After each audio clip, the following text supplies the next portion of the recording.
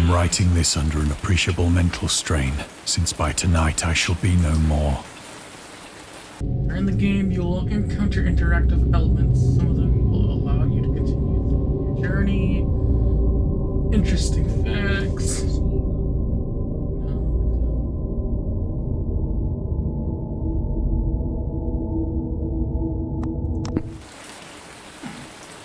Actually, it might be Shane. Yeah.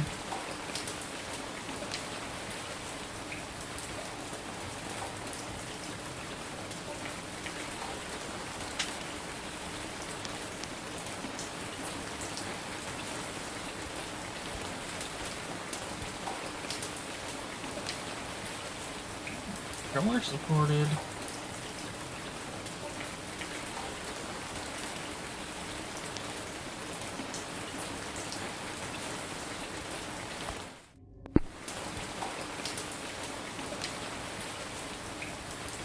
Controller supported. Now I'll have to hurt my wrist on the mouse. Penniless, and at the end of my supply of the drug which alone makes life endurable, I can bear the torture no longer, and shall cast myself from this garret window into the squalid street below. Thought we were on a ship. Do not think from my slavery to morphine that I am a weakling or a degenerate. I watched. Ooh. When you have read these hastily scrawled pages, you may guess, though never fully realize, why it is that I must have forgetfulness or death. I think I heard the movie before, but like I never read the book. It was in one of the most open and least frequented parts of the broad Pacific that the packet of which I was supercargo fell a victim to the German sea raider. Yeah.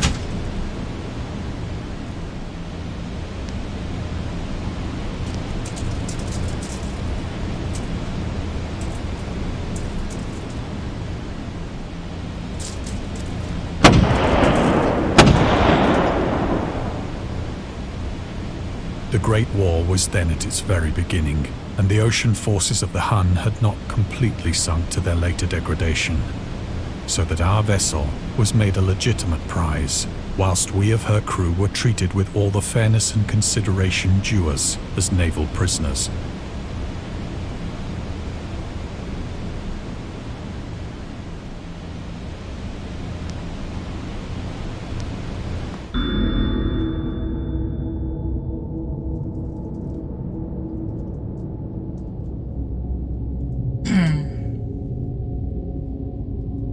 Should we read the trivia or just skip past it?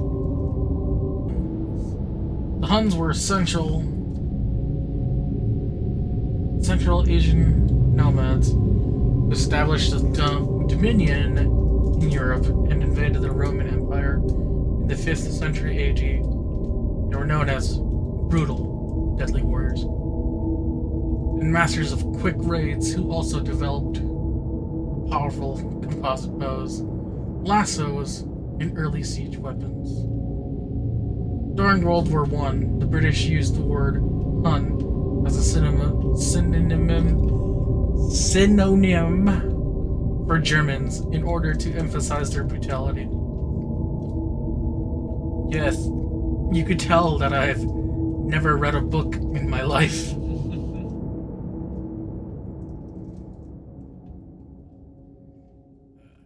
However, the term originated when the German Emperor Wilhelm II gave a speech to his troops on July 27th, 1900, before they embarked to China. Should you encounter the enemy, he will be defeated. No quarter will be given. Prisoners will not be taken. However,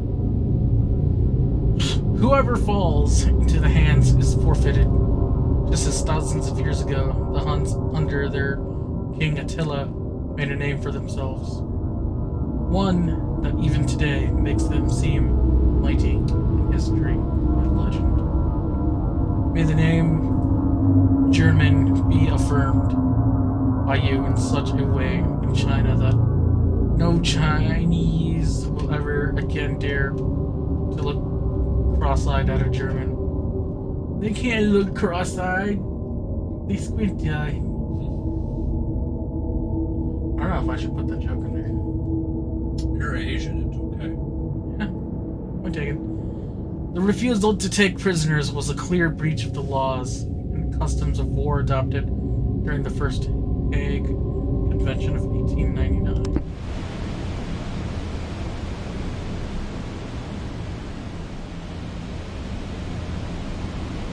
I am digging that sunset, though.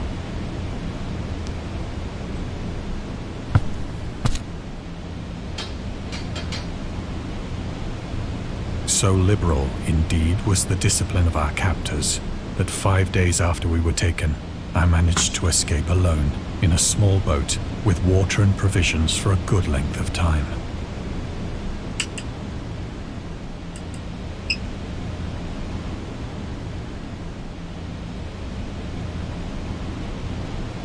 Just because the texts were bothering my eyes.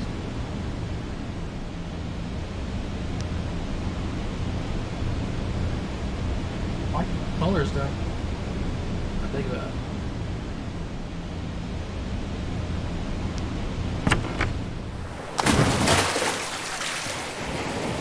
When I finally found myself adrift and free, I had but little idea of my surroundings.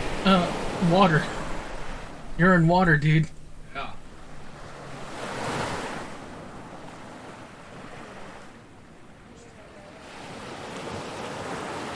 Or is that the moon rising up?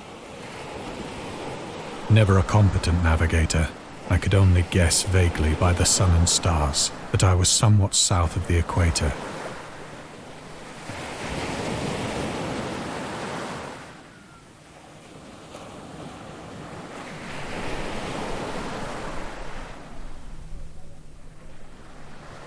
Of the longitude, I knew nothing, and no island or coastline was in sight.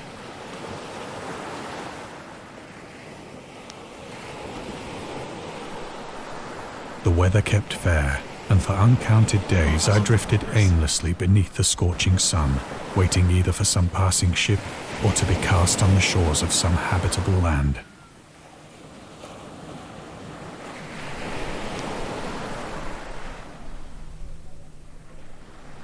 Rowboat? I'm in a rowboat, of all things?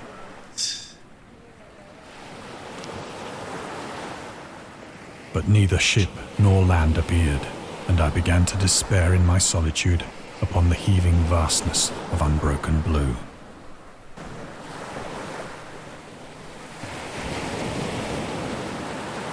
The change happened whilst I slept. Its details I shall never know. God, whose heartbeat? Is that mine? Is it a creature's? For my slumber, though troubled and dream-infested, was continuous. What the fuck? Am I on land now?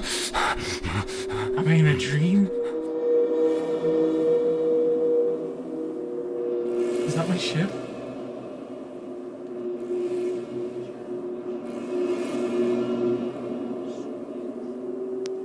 When at last I awoke, it was to discover myself half sucked into a slimy expanse of hellish black mire, which extended about me in monotonous undulations as far as I could see, and in which my boat lay grounded some distance away.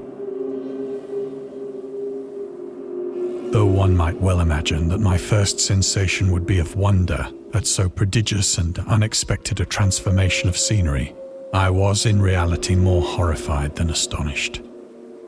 I don't like that way the squid looks. For there was in the air and in the rotting soil a sinister quality which chilled me to the very core. The region was putrid with the carcasses of decaying fish and of other less describable things which I saw protruding from the nasty mud of the unending plain. That one's an octopus for sure. Is it an octopus? 2, 3, 4, 5, 6, 7. 1, 2, 3, 4, 5, 6, 7, 8. Yes, octopus. Perhaps I should not hope to convey in mere words the unutterable hideousness that can dwell in absolute silence and barren immensity. There was nothing within hearing and nothing in sight save a vast reach of black slime. Yet the very completeness of the stillness and the homogeneity of the landscape oppressed me with a nauseating fear.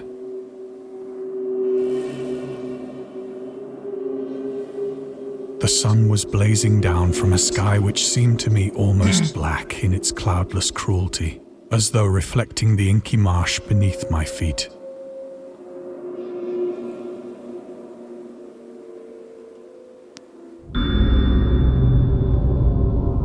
The origins of Dagon. Dagon seems to be inspired by Fishhead, a short novel by Irvin S. Cobb about unnatural affinities between a hybrid idiot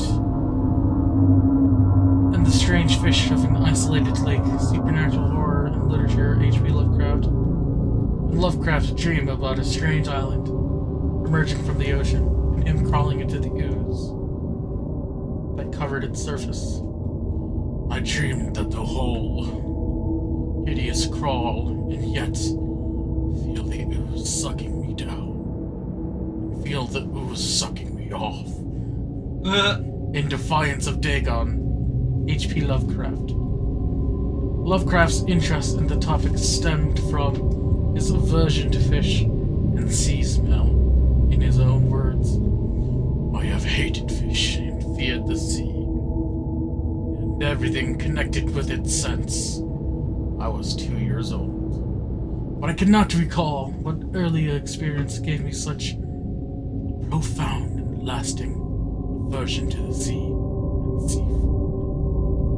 The Dweller in Darkness, Lovecraft, 1927. Donald Wandre?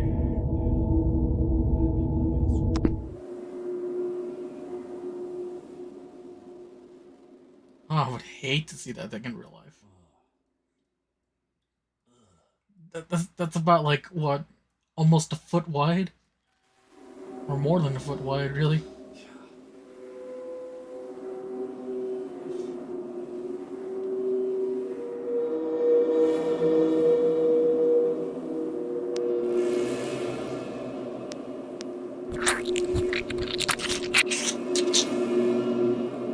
As I crawled into the stranded boat, I realized that only one theory could explain my position.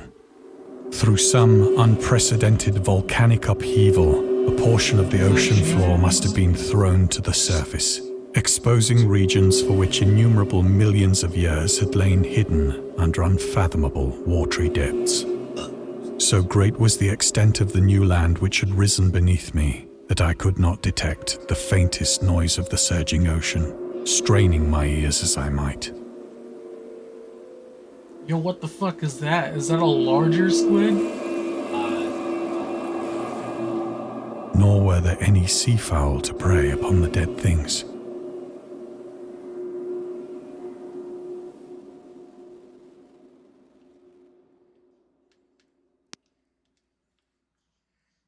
For several hours I sat thinking or brooding in the boat, which lay upon its side and afforded a slight shade as the sun moved across the heavens.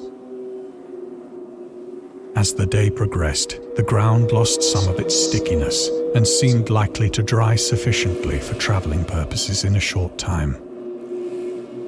That night I slept but little, and the next day I made for myself a pack containing food and water, preparatory to an overland journey in search of the vanished sea and possible rescue. Jeez, dude, I don't know how he could sleep with that thing over him.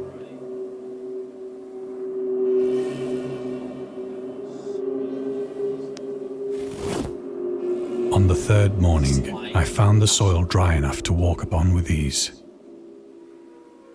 The odor of the fish was maddening, but I was too much concerned with graver things to mind so slight an evil, and set out boldly for an unknown goal. Is that ship's mast? Or is that a creature?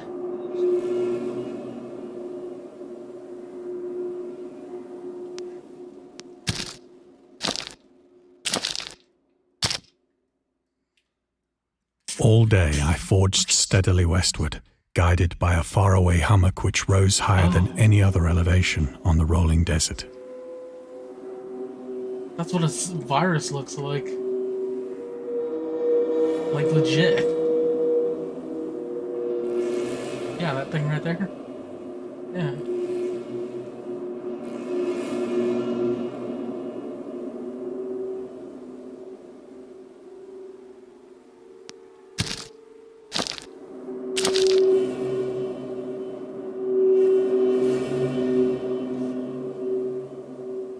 A whale? Yeah, The heck is this?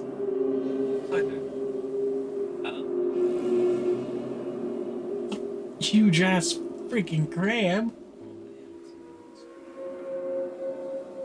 Oh no, what's that? Yeah, would hate.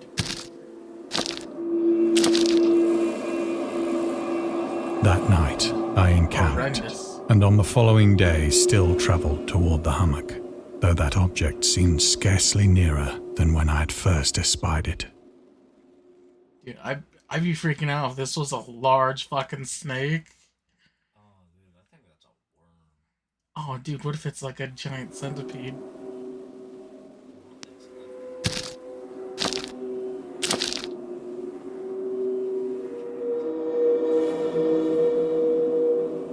By the fourth evening, I attained the base of the mound, which turned out to be much higher than it had appeared from a distance.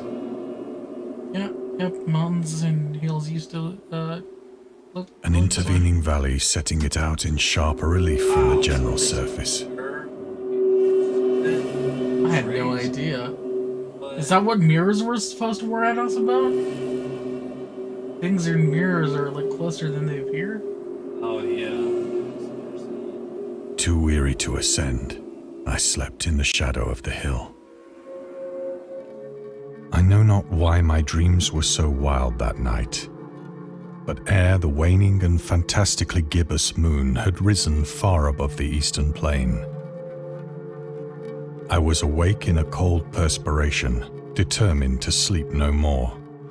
Such visions as I had experienced were too much for me to endure again, and in the glow of the moon I saw how unwise I had been to travel by day. Without the glare of the parching sun, my journey would have cost me less energy. Indeed, I now felt quite able to perform the ascent which had deterred me at sunset.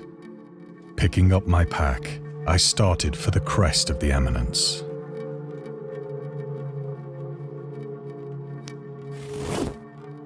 I have said that the unbroken monotony of the rolling plain was a source of vague horror to me.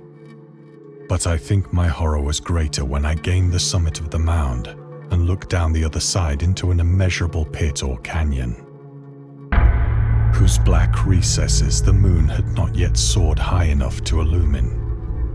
I felt myself on the edge of the world, peering over the rim into a fathomless chaos of eternal night. So did we climb the mountain?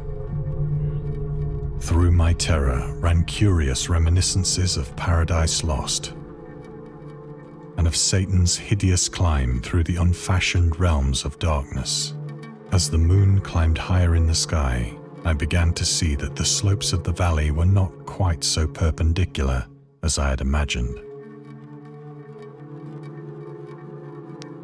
Ledges and outcroppings of rock afforded fairly easy footholds for a descent, whilst after a drop of only a few hundred feet, the declivity became very gradual. Oh, I feel like I'm tilted.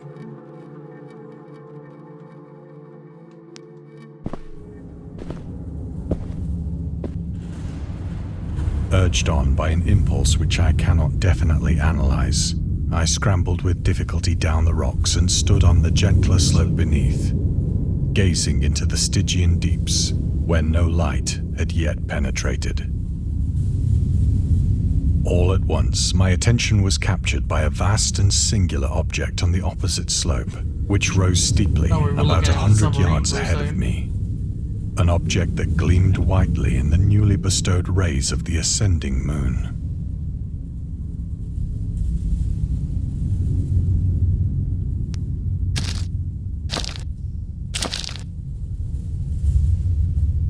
That it was merely a gigantic piece of stone, I soon assured myself, but I was conscious of a distinct impression that its contour and position were not altogether the work of nature. A closer scrutiny filled me with sensations I cannot express.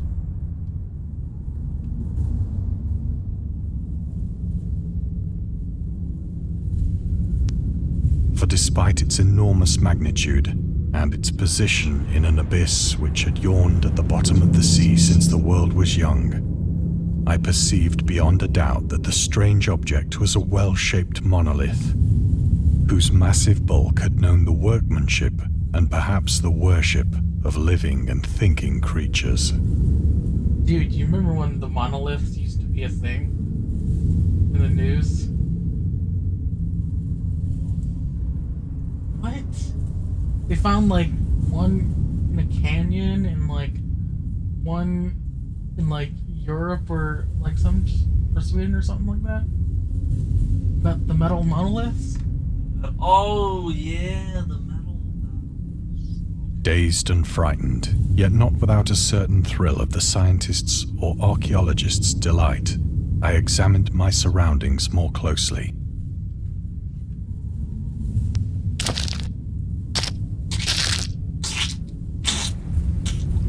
The moon, now near the zenith, shone weirdly and vividly above the towering steeps that hemmed in the chasm. Yo, alien for sure, or demon. Look at that.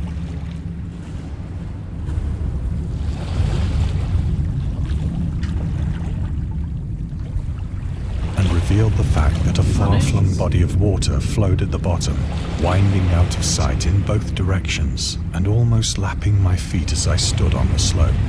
Across the chasm, the wavelets washed the base of the Cyclopean monolith, on whose surface I could now trace both inscriptions and crude sculptures.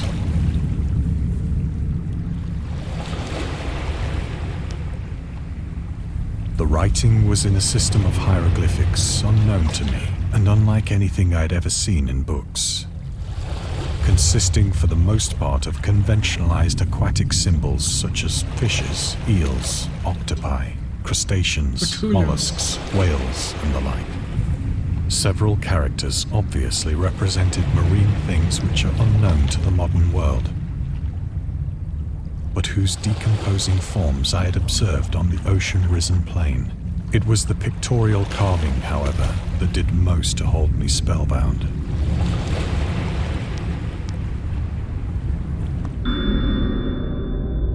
Dagon contains many themes and storytelling methods that Lovecraft developed into later works such as telling the story through carvings at the Mountains of Madness, journals and characters' notes,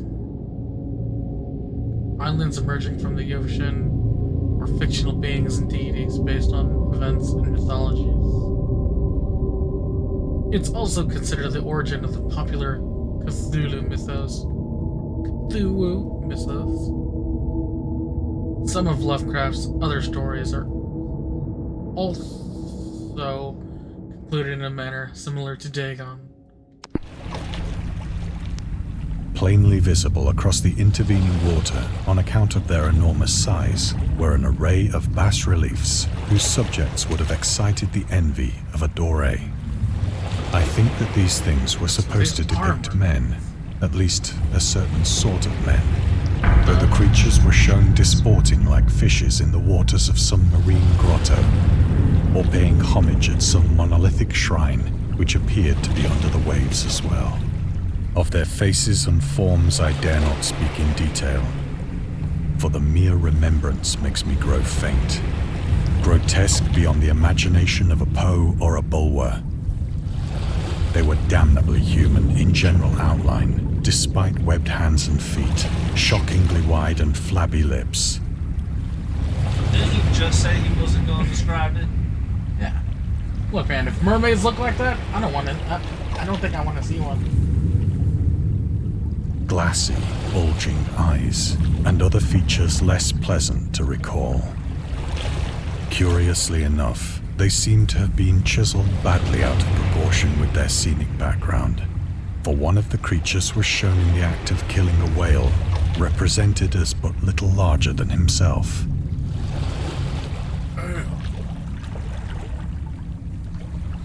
Big mer creature.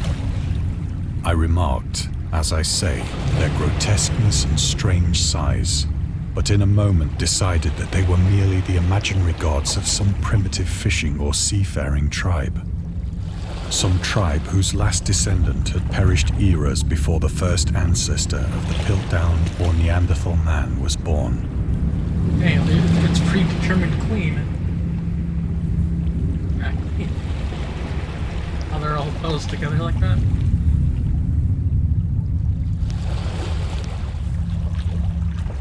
Awestruck at this unexpected glimpse into a past beyond the conception of the most daring anthropologist, I stood musing whilst the moon cast queer reflections on the silent channel before me. Then, suddenly, I saw it. Saw what? With only a slight churning to mark its rise to the surface, the thing slid into view above the dark waters. Okay. Loathsome, it darted like a stupendous monster of nightmares to the monolith, about which it flung its gigantic scaly arms, while it bowed its hideous head and gave vent to certain measured sounds. That's a big boy! I think I went mad then.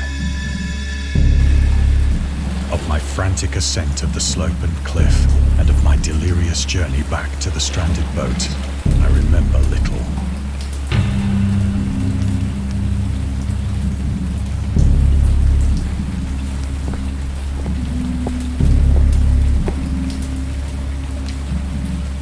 I believe I sang a great deal, and laughed oddly when I was unable to sing. Man, don't tell me these things were some of the bird.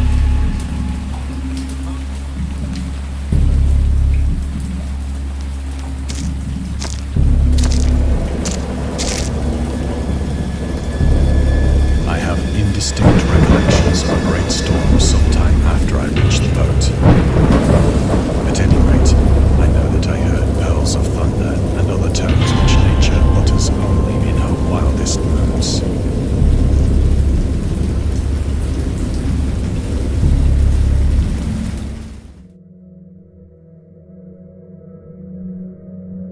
When I came out of the shadows, I was in a San Francisco hospital. Brought thither by the captain of the American ship which had picked up my boat in mid-ocean. In my delirium, I had said much, but found that my words had been given scant attention.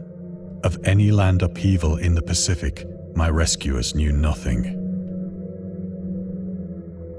Nor did I deem it necessary to insist upon a thing which I knew they could not believe.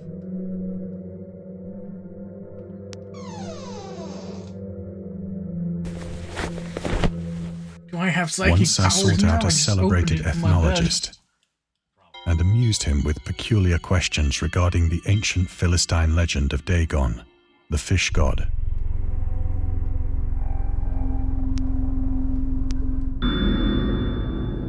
Dagon was the main deity of the Philistines, worshipped throughout the Middle East as the ancient gods of fertility and crops.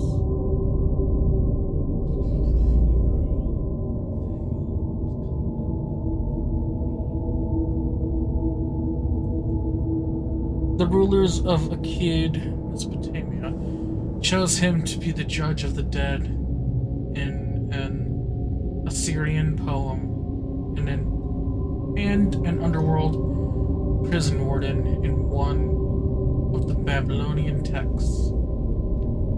He was often mistakenly taken for a fish god due to the wrong interpretations of his names, as in Hebrew, the word Dag means fish. In H.P. Lovecraft's works, Dagon is an underwater deity ruling over the deep ones. A humanoid race with fish traits that resides in oceans. He He is worshipped by a secret cult called the Historic Order of Dagon.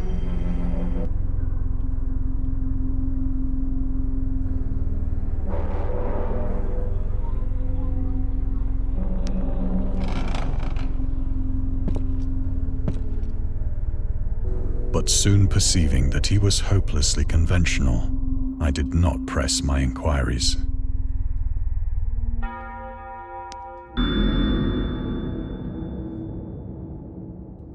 August delivered from the Cthulhu mythos, so you can read this one. August Derleth was an American writer and anthologist. He also befriended Lovecraft and published many of his works through his company, Arkham House. Although he greatly contributed to the popularization of the author's work after his death, he is surrounded by numerous controversies.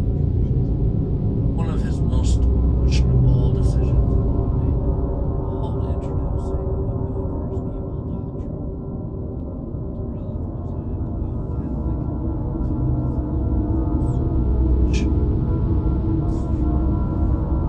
mythos, which contrasted with Lovecraft's view of the world and approach to the mythical. As a result, the author's work often misunderstood and misrepresented in today's culture.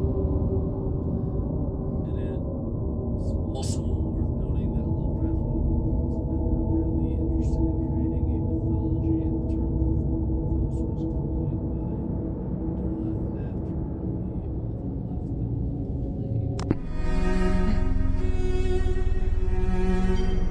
So you think he would have enjoyed it?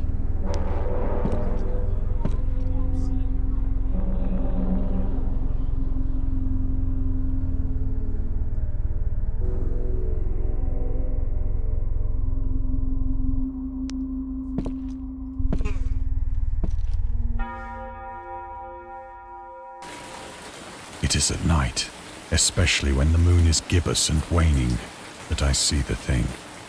I tried morphine, but the drug has given only transient surcease and has drawn me into its clutches as a hopeless slave. Oh dang, he's addicted. So now I am to end it all, having written a full account for the information or the contemptuous amusement of my fellow men.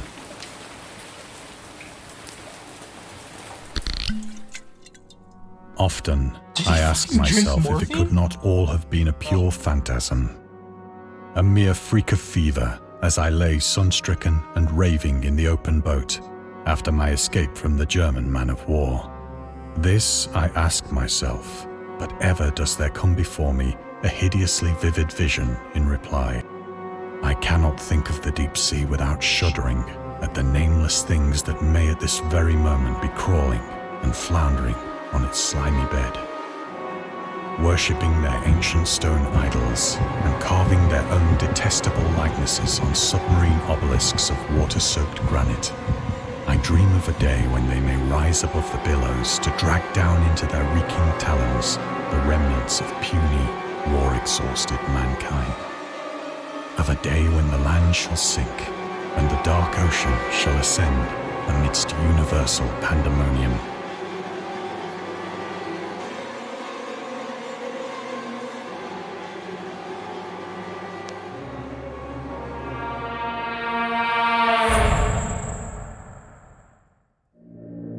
The end is near. One hell of a drug trip, man. I hear a noise at the door, as of some immense slippery body lumbering against it.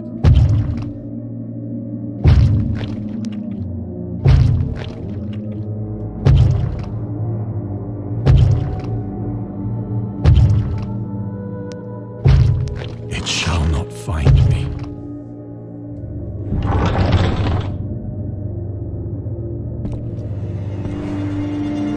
God, that hand!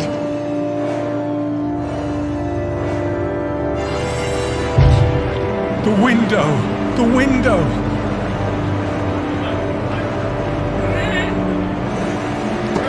That's enough.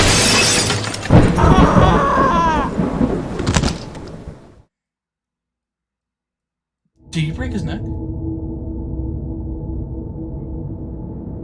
Oh, that's it? Yep.